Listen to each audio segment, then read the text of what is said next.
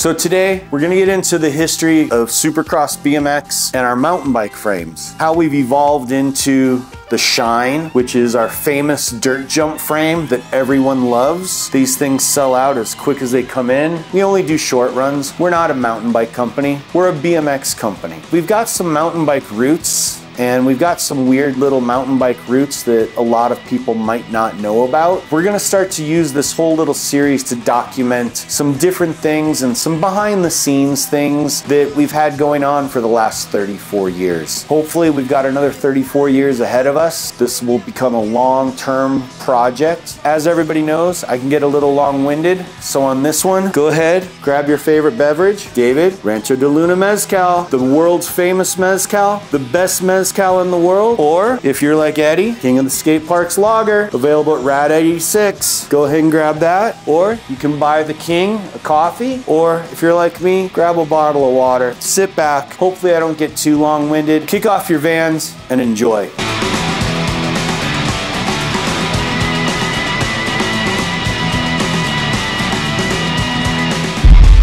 So Supercross BMX started in 1989 as a BMX company, and it was a race company, 100% race company. It's kind of strange that as a 100% race company, the first bit of media exposure that we really got was Todd Lyons doing a nothing air on one of our bikes and Ride BMX, which everybody thought was a little bit of a freestyle thing. And we also had Todd Anderson, our roommate at the time, getting a cover on BMX Plus magazine with one of our forks, doing a freestyle trick on a ledge. We've had a lot of mixed heritage with the way that Supercross BMX has always been. The main thing that we've always promoted with Supercross BMX is that it's been for fun. The whole reason that everybody has been involved in this has been for fun. We ride for fun. It's always been a group of riders that has always wanted to ride because we enjoy it, and we enjoy everybody's company, everybody's camaraderie, the fun that we get out of it. It's never been that we're going after that #1 title and we're just gonna race and win. It's been for fun. That's where mountain bikes kind of enter into the picture. About 93, 94, we were doing a lot of work with Odyssey.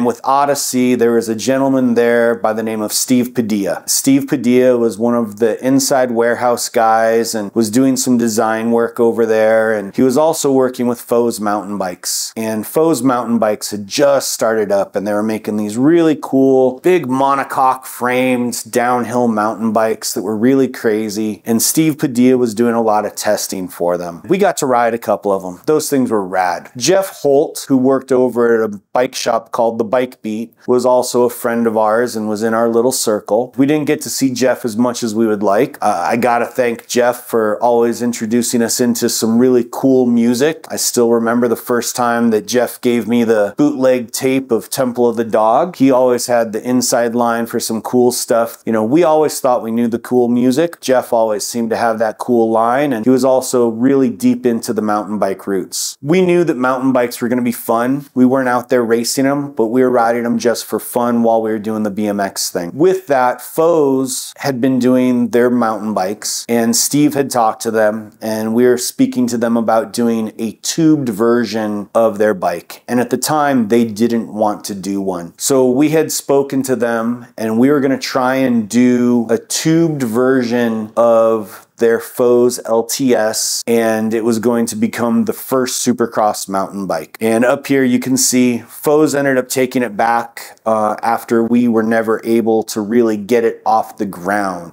Jeff had left Bike Beat and was working for Chrome Bags and was going to be our sales rep for it, and we were going to try and get some things going, and our heart was really into BMX. We were going to try and do this. It never really took off. It wasn't our design. It was something that Brent Foes had done. Got a lot of respect for what Brent Foes had done, but it was where we were going to start to dabble in mountain bikes. The Weasel, which funny name, you know, I think it was a cool bike. Steve made that first connection for us, and we decided that it was going to be something that we wanted to do. Later on, we ended up building this mountain bike here. It was done with Hardland Mountain Bikes. We got to play around with them a little bit on it. We had worked with them to do an integrated integrated rear end design for the full suspension, and we were playing around. We actually welded up the front triangles on the bikes. Bogie Givens, if I'm not mistaken, still has one or two of the original prototypes on these things. We don't have them anymore. Who knows if Bogie sold them? Bogie was our pro rider at the time, and it seems like all these mountain bikes we always built one or two, maybe three, maybe four. They would always end up just going out to a few of the pro riders on the team. It was never anything that we truly put our heart into because there was way too much monkey motion going on, and it was something to where we didn't specialize in that. We knew how to build a great BMX bike, and it was something that we loved to do. We loved going out. We loved having fun with it. The thing that we've always done with Supercross is we've always wanted to build the best for you. And I know there's a lot of people out there that will argue the fact, and they love to say that this brand's better,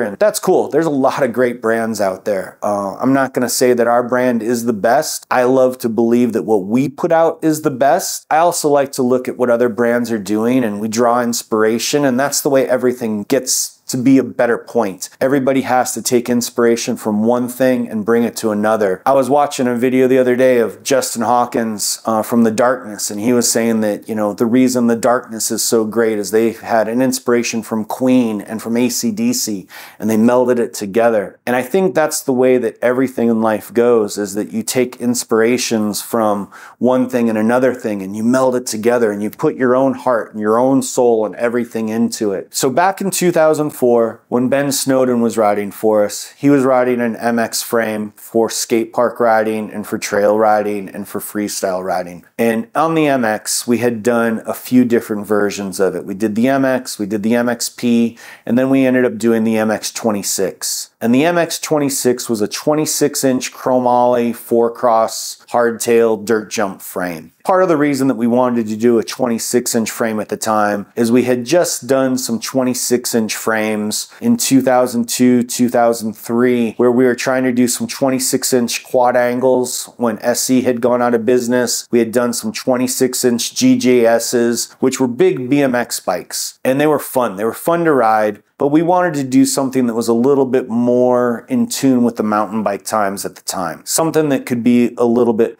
funner, a little bit something that would actually be, that you could take to the dual slalom track, that you could take to the 4-cross track, something that you could actually really go ride. And we started going down here to Fontana to go do the Southridge events and watching what was going on. And to me, that was like a big BMX track. So we started building some of those chromoly frames. And it was really cool. Decline Magazine did a review back in 2004, and I was actually really thrilled when I read the article because it said, you know, why did it take a BMX company to build the proper 4-cross frame? That warmed my heart. It made me feel really good about it. So we started to continue in on that direction. And we kept building the 26MX frames, the MX26 for a few years. As it evolved, we wanted to do something a little bit better. And that's where we ended up doing the Shine. The Shine obviously evolved out of our Envy Race series frame to where it's all 7005 tubing. It's the Easton triple wall. It's got the custom shaping. It's got the tapering. It's got the budding. It's got the removable and replaceable dropouts to where you can do either a 135/9 so you can run gears. It's got a 142/12 so you can run the SRAM oversized axle. It's got the replaceable BMX dropouts. It's got the post mounts for the disc. You've got the bottom bracket bracing. There's a lot of cool things that we've done with that. It kept us just always dabbling with the mountain bikes. Again, just like it had been in the 90s, we've always built the frames and the bike, and we've done them typically for the pros. This bike here that's in the background, and you can see it up here, this was a circuit prototype that we had built, and it was something to where we were like, okay, this is cool, let's do something fun.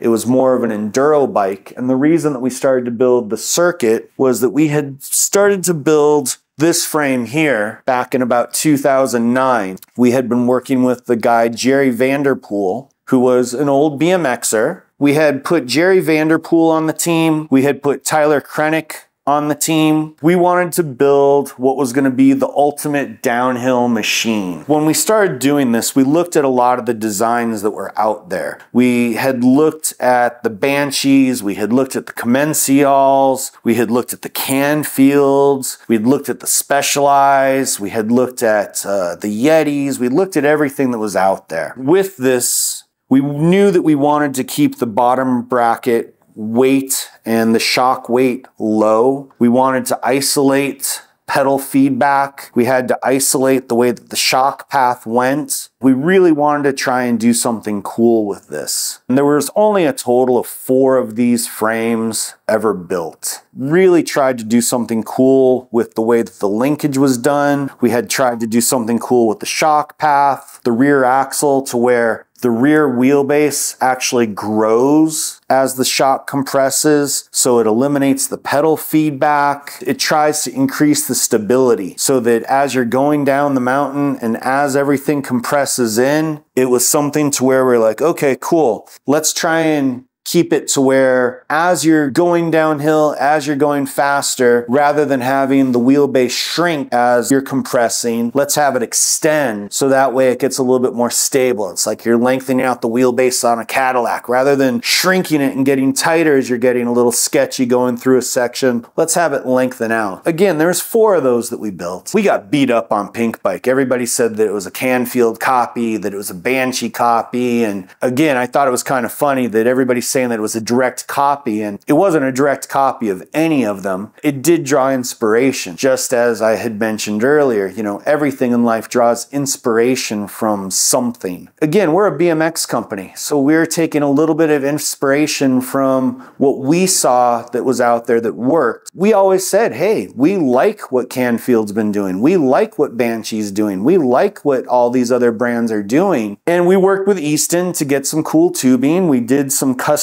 stamped pieces. I mean, again, there's 4 of these in the world. None of this is off-the-shelf items. This is all custom stamps, customs forgings. Stuff was hand done, all CNC'd. I mean, we wanted to really do this. But again, it's not our forte. It's not where we needed to be at that point. But it's part of where we've learned. We've taken the company to learn different things. We've learned different manufacturing techniques. We learned different things about how the bike should ride. And all of that always ends up going into what we do every single day for the big BMX bikes, the Shines, the dirt jump bikes, our BMX frames, and how everything continues to evolve. So that's again where this was the Thumper frame. That was back in 2009, 2010. That was 12, 13 years ago. Are we going to get back into the downhill mountain bike frames? Probably not. Are we going to build more enduro cross-country frames? Who knows? It's not necessarily our market, but it's something to where we love building a bike you can have fun on. It's something that we want everybody to do, is to have fun on their bike.